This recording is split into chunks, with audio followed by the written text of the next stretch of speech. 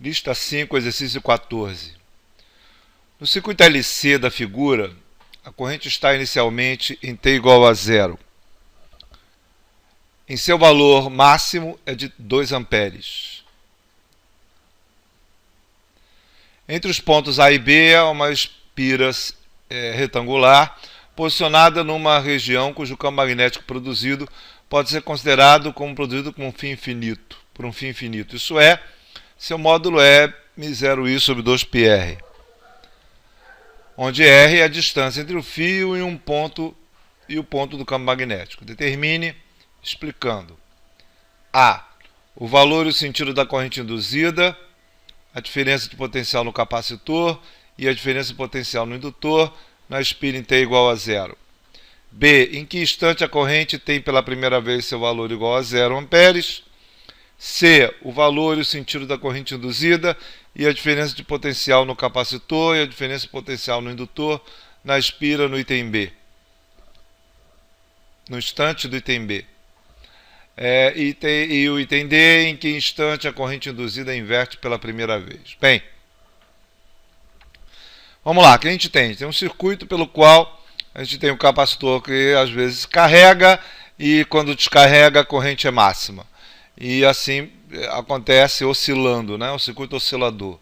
E o que a gente vai fazer é pegar um determinado instante em que a nossa corrente do circuito é máxima e o capacitor está por isso o capacitor está totalmente descarregado. E vai começar a carregar o capacitor de novo, eu vou explicar com mais detalhe daqui a pouco. Mas a ideia do item A é o seguinte: se o I é máximo, o VC é zero, isso é, a diferença de potencial no capacitor é zero, porque toda a energia está acumulada no indutor. Energia acumulada no indutor, não há energia no capacitor, por isso a corrente é máxima. Então o nosso VC é zero. Consequentemente o VL é zero. Por quê? Porque se o VC é zero por causa que a corrente é máxima, o potencial na parte de cima do capacitor é igual ao potencial na parte de cima do indutor, o potencial na parte de baixo do capacitor é igual ao potencial na parte de baixo do indutor, isso é, a diferença de potencial no capacitor é igual à diferença de potencial no indutor. Se o VC é zero, o VL é zero.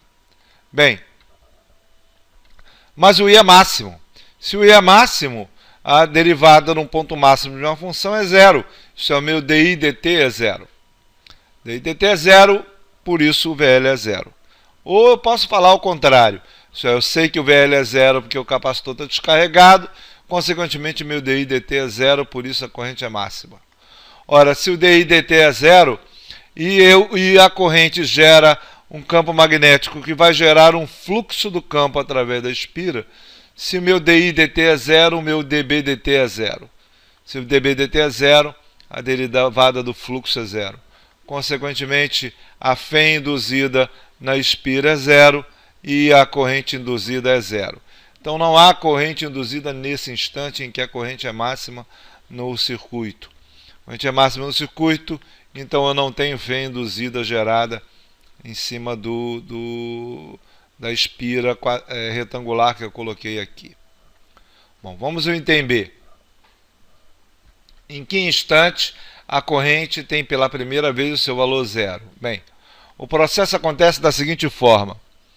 Quando eu tenho o capacitor carregado, esse capacitor carregado faz aumentar a corrente, o capacitor totalmente carregado, a corrente é zero. Ele faz aumentar a corrente em cima do indutor e essa corrente aumenta até ficar no seu valor máximo, o capacitor descarregado. Essa é a primeira parte do processo. A corrente máxima faz com que eu carregue o capacitor em polarização contrária. Quando a corrente é zero, o capacitor está totalmente carregado. Segunda fase do processo. O capacitor passa a gerar uma corrente no sentido contrário. Quando a corrente atinge o valor máximo, o capacitor está descarregado. Terceira fase do processo. E essa corrente acumula carga no capacitor. Como ele acumula carga no capacitor, o capacitor vai estar totalmente carregado quando a corrente é zero, quarta fase do processo. E o tempo pelo qual essa coisa faz é um período. O período é o tempo pelo qual o processo volta ao estado inicial. Por exemplo, no nosso caso, se eu considerar a corrente máxima do ponto B para o ponto A como estado inicial, o processo vai oscilar. Quando a corrente voltar a esse estado, eu tenho um período. Bom, como é que a gente mede o período? A frequência angular de oscilação, a raiz de 1 sobre LC no circuito LC. Então a nossa frequência angular de oscilação vai ser o indutor, que é 2 Henrys, vezes o capacitor, que é 2 vezes 10 a menos 6, 2 microfarads, e o meu ômega é de 500 radianos por segundo. Então, se o período de oscilação é 2π sobre ômega, isso é 2π sobre 500, consequentemente 12,6 milissegundos. A ideia é que nesse circuito, em 12,6 milissegundos, o circuito volta ao seu estado inicial. E a gente colocou o processo em 4 fases. Isso é o tempo pelo qual a corrente, que é máxima, chega a zero, que é o capacitor totalmente carregado, é um tempo do período sobre 4. Isso é 12,6 sobre 4, consequentemente 3,2 milissegundos. Em 3,2 milissegundos, a corrente, que era máxima em T igual a zero, passa a ser zero, isso é o capacitor totalmente carregado.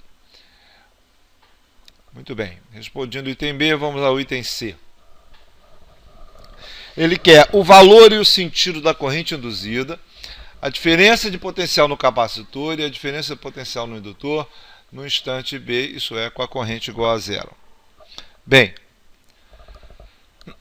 a energia está toda armazenada no capacitor. Isso é, se o I é igual a zero, o VC é máximo. O VC máximo significa o seguinte: a corrente varia no tempo desta forma. Isso é a corrente máxima, cosseno de ômega t. Por que cosseno de ômega t? Porque em t igual a zero, a corrente é máxima, isso é IM. Se eu derivo a corrente, dI dt fica menos IM ômega seno de ômega t. Isso é, no instante inicial, o t é igual a zero, o seno é zero, o meu dI dt é zero. Foi exatamente o estado que aconteceu no item A, que é o dI dt é zero em t igual a zero, quando a corrente é máxima. Consequentemente, meu VL, que é L dI dt, é menos LM ômega seno de ômega t. O valor máximo de VL é L e M ômega. L, corrente máxima, vezes ômega. É o valor de máximo de VL. Só que no circuito eu só tenho capacitor e indutor. Isso é, o VL é igual a VC. Se o VL é igual a VC, o meu VC máximo é igual ao valor de VL máximo, isso é L e M ômega. Consequentemente, o L é 2 Henrys, a corrente máxima é 2 amperes, que é exatamente colocado no problema, e o meu ômega é 500 radianos por segundo, a gente calculou no item B. Consequentemente, o meu VC máximo é 2 kV. Bom, o meu VC máximo é 2 kV, isso é igual ao VL máximo. A corrente igual a zero significa VC máximo, o VC máximo significa VL máximo, isso é 2 kV. A corrente é igual a zero, mas meu dI dt não é zero, isso é, a corrente vai aumentar a partir desse instante. Bem, ele quer também o sentido da corrente induzida, o valor e o sentido da corrente induzida. Como é que a gente faz isso? A gente calcula o fluxo do campo magnético através da espira retangular. Para isso, eu determino uma pequena faixa a uma mesma distância do fio. Por que uma mesma distância do fio? Que meu campo magnético varia com a distância, está aqui, com R. Então, se o R é o mesmo, o campo magnético é o mesmo. Então, a mesma distância do fio, em cima dessa faixa, o campo magnético é o mesmo. Mas para ele ser o mesmo, a largura dessa faixa tem que ser infinitesimal. Então, se ele tem uma largura dr, o campo magnético é o mesmo em todos os pontos. Consequentemente, eu tenho condição de calcular o fluxo através da faixa amarela. O fluxo através da faixa amarela é simplesmente o valor do campo, μ0i sobre 2πr, vezes a área da faixa. Isso é L, que é os 10 centímetros, que eu considerar R, vezes dr. O fluxo total através de todo a espira retangular vai ser a soma do fluxo de cada faixa. Isso vai ser a soma dos meus dφ, que vai dar φ, que é μ0i sobre 2π vezes L constante, e vai ter uma soma da onde? De R igual a 2, que é a primeira faixa onde eu estou calculando o fluxo, até a última faixa que eu calculo o fluxo, que é R igual a 7, que é a distância entre o fio e a última faixa em cima do retângulo. Então, meu fluxo total é esta soma aqui. Isso é μ0i sobre 2πr vezes L, vezes o log de 7 sobre 2. Detalhe, eu não transformei a unidade de centímetros nesse caso. Por um motivo muito simples. Eu sabia que eu ia chegar a uma razão entre 7 e 2. E isso independe da minha unidade. Se eu usar metro, por exemplo, 0,07 dividido por 0,02, essa razão é igual a 7 sobre 2. Então é a mesma coisa, por isso eu não vi necessidade em mudar a unidade 7 por 2, que vai ficar uma expressão adimensional 7 dividido por 2 aqui.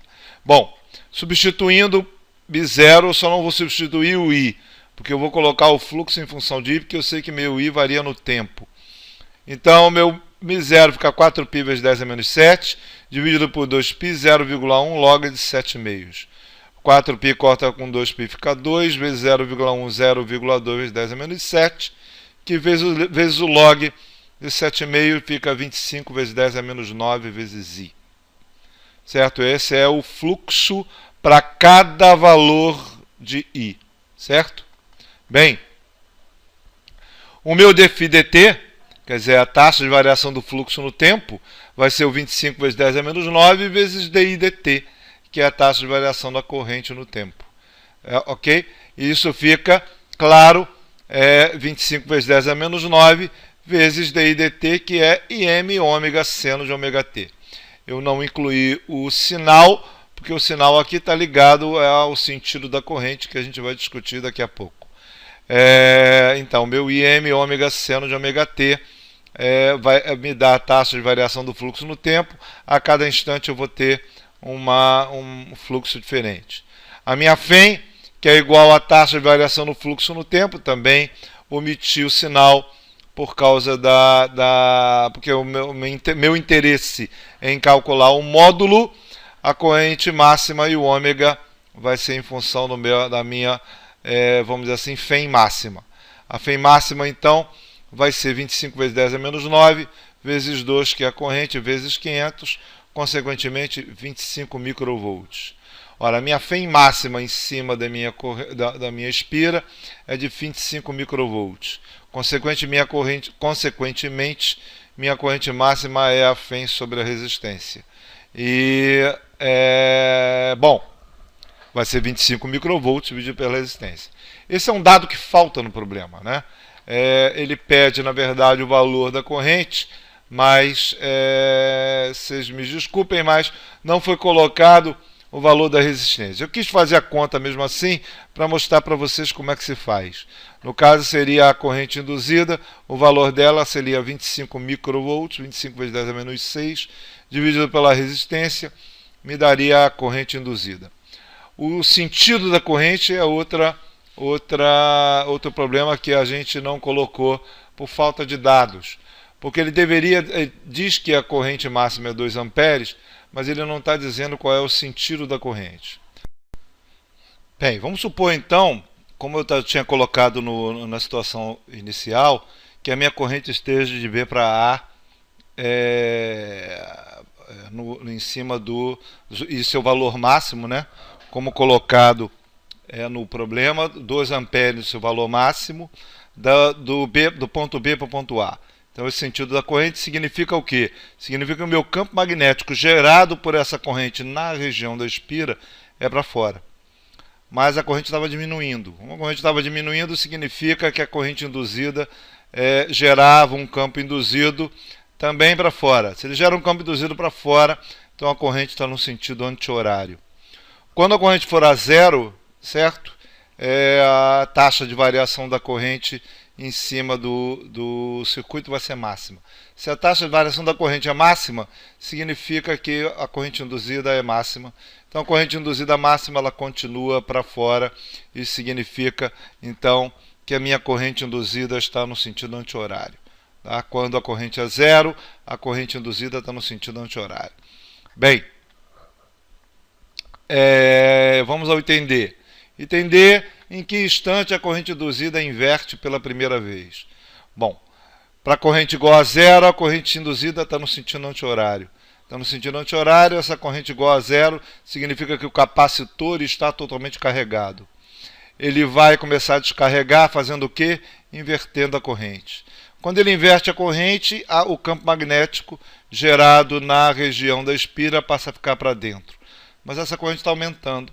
Se ela está aumentando, gera o campo induzido também no sentido para fora. Esse campo induzido para fora significa que a corrente continua no sentido anti-horário.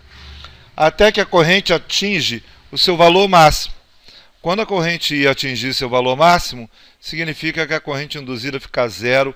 Eu chego exatamente na mesma situação que o item A.